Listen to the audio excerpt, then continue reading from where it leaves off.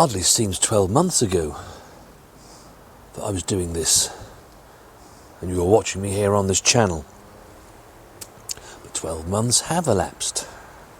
And a very happy new year to you all. In this video we shall be giving you our top tips for the January vegetable garden, and also we shall reveal all as to what shall be the grow along for the 2024 season.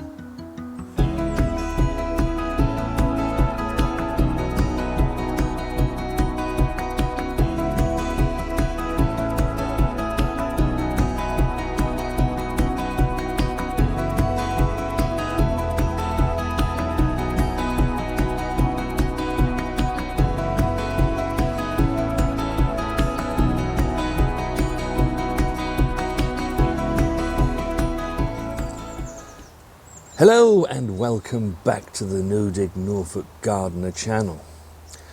Now it may be January, but there are things that it's a good idea to be getting on with during the month of January. However, myself and Mrs. W have rather much more to do than we had originally planned. We had a storm that blew through a couple of days ago, and we've had much rain. Certainly there's been a lot of wind about. And as you can see, all of the roof of our compost bins has been torn off. And that's going to need replacing because all our compost is getting wet. Leaves have blown into it. We've also lost our water butt from behind the polytunnel. So that's another job that we have to add to the list for us to do. Our first top tip is to clear any vegetables that you have finished harvesting. So in the case of this, I am actually going to finish the harvest of this plant. If you remember when we were filming here a few videos back, I said that if we remove these leaves as and when we harvest, it will then hasten the harvest of the sprouts further up the top of the plant. You can see they're a nice size now.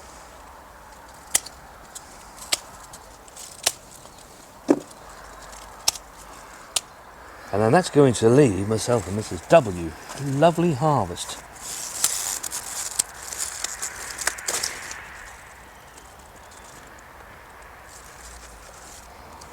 Of the sprout top. Look at that. Looks lovely. And these really do taste amazing, don't they? They do. Like a sprouty flavoured cabbage. Yeah.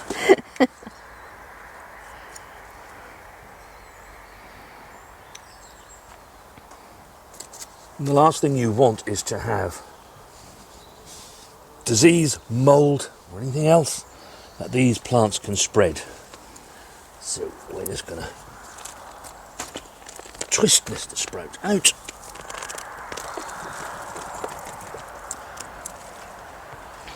And he, along with these few leaves, can now go up to the compost heap. Which then leads us on to our next top tip, which is to then prep those beds for the next crop that's going to go in here.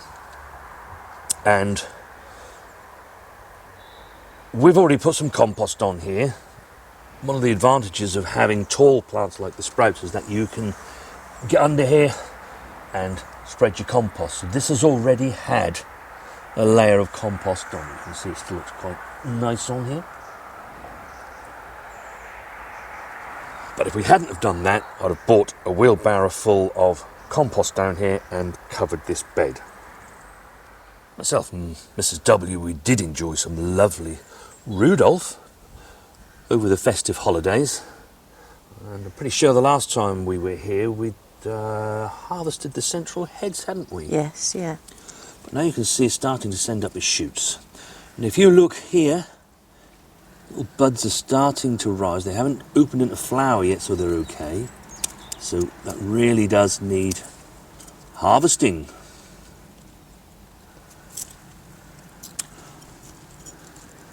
Ideally, the shoots want to be about 4 to 5 inches long. sometimes they don't wait for you, do they, Mrs. W? No. And it's best to have these while they are at their best, rather than let them go over, because they don't taste as nice. Beautiful.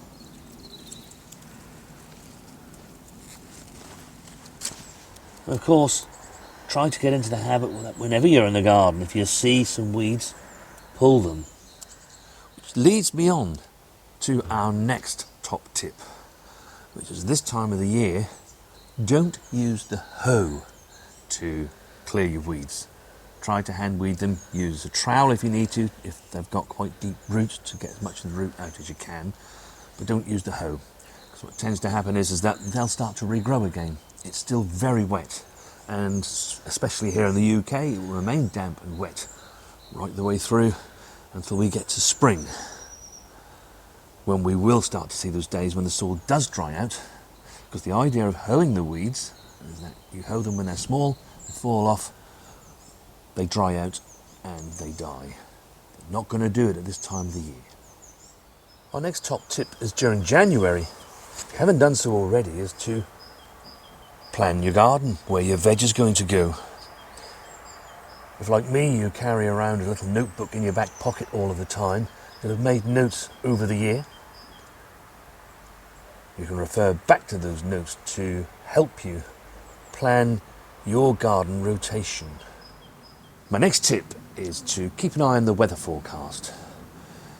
It's a lovely sunny day today, but it really is quite cold. It's only about 4 degrees here in our Norfolk No Dig garden.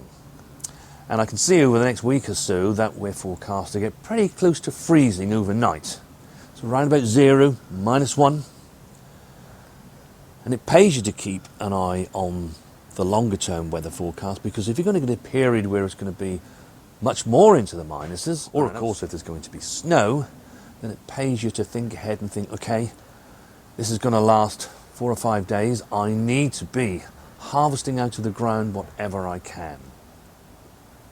Especially root vegetables, because once it freezes, it's really difficult to get them out of the ground. Nice and warm here in this polytunnel. After being outside, it really did feel quite chilly.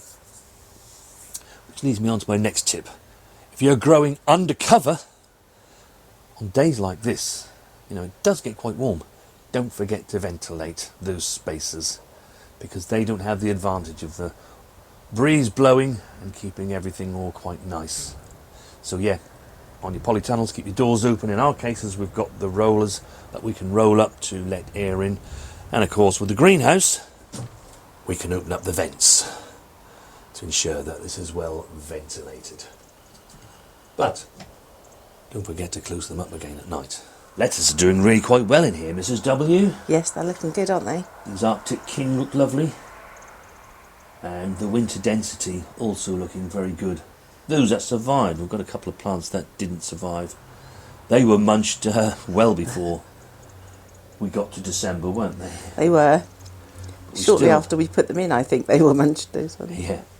But we still have some really nice plants coupled with the ones that we have in the poly.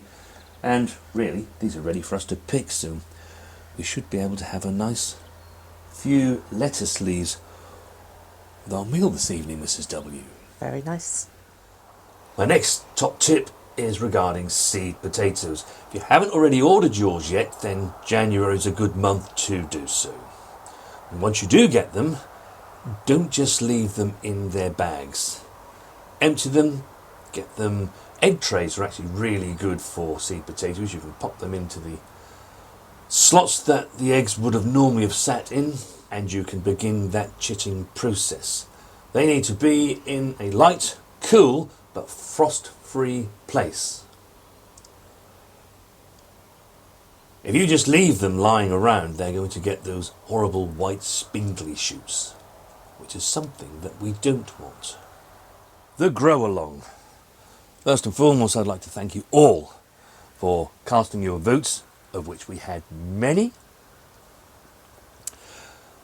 But I need to let you know now what the grow along is going to be. And I've got some bad news. There's not going to be a grow along. there's going to be grow-alongs. Now, the actual outright winner of the grow-along was actually melons. We had many votes for melons. So you're really testing myself and Mrs. W to the core, because we actually have never, ever attempted to grow melons. So this should be interesting. But what you can do, you can grow along with us and do the things we're doing.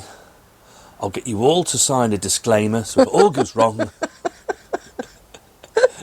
no, it'll be fine. It'll be absolutely fine. Because actually, one of the reasons we haven't ever grown melons before is because we only ever had the greenhouse. And Mrs. W does like her tomatoes. So, we really haven't had the space. But with the polytunnel that's arrived, we've got plenty of space in which to do that. So I'm really looking forward to that. I hope that you guys are going to grow along with us. What I shall do, I shall put the varieties down in the description. So do read the description and then you'll see which varieties we're growing in case you might want to grow the same ones. It doesn't really matter. You don't have to grow the same varieties as us. If you've got your own variety that you like, they're all grown in the same way. So, yeah. Melon was the outright winner. We're really looking forward to that. And the reason why I say it will be grow-alongs is because Mrs. W does sort of have these thoughts. She'll be sitting there at night and she'll suddenly say, "Do you know, Mr. W, not everybody's going to be able to do the grow-along because not everybody's going to have access to a polytunnel or a greenhouse." Oh, I said. So we went back through all your comments, added everything up again, and we've chosen the winner of something that can be grown outside in the beds. There are actually two things, but we're only going to do one of them, and because they both had the same amount of votes. And what we've chosen to do is to do a grow along with the Calabrese. So you can see how we get those nice big heads and then the side shoots and how they produce and how you can actually get Calabrese for a good 6 or 7 months of the year just by a little careful planning. That does mean that the kohlrabi that actually tied with the Calabrese, we won't be doing a grow along as such this year, but it will feature on the channel. So do stay tuned, because in the coming weeks you'll see us sow it, plant it out, bring it onto a harvest and see the harvest that we get. So it'll be almost like a grow along anyway. It will feature over the next few weeks. I need to get everything covered back up again, folks, before those pesky pigeons go after my plants. Got a little bit more harvesting to do, including the celery, which is looking really very good. Remember, we had this up from outside and replanted it in the polytunnel, and it's still lovely and crispy, nice and firm, unlike the celery that was outside, which is now very limp and needs to be A bit mushy. pulled up. Have a great gardening week, won't you all? And we shall see you next time.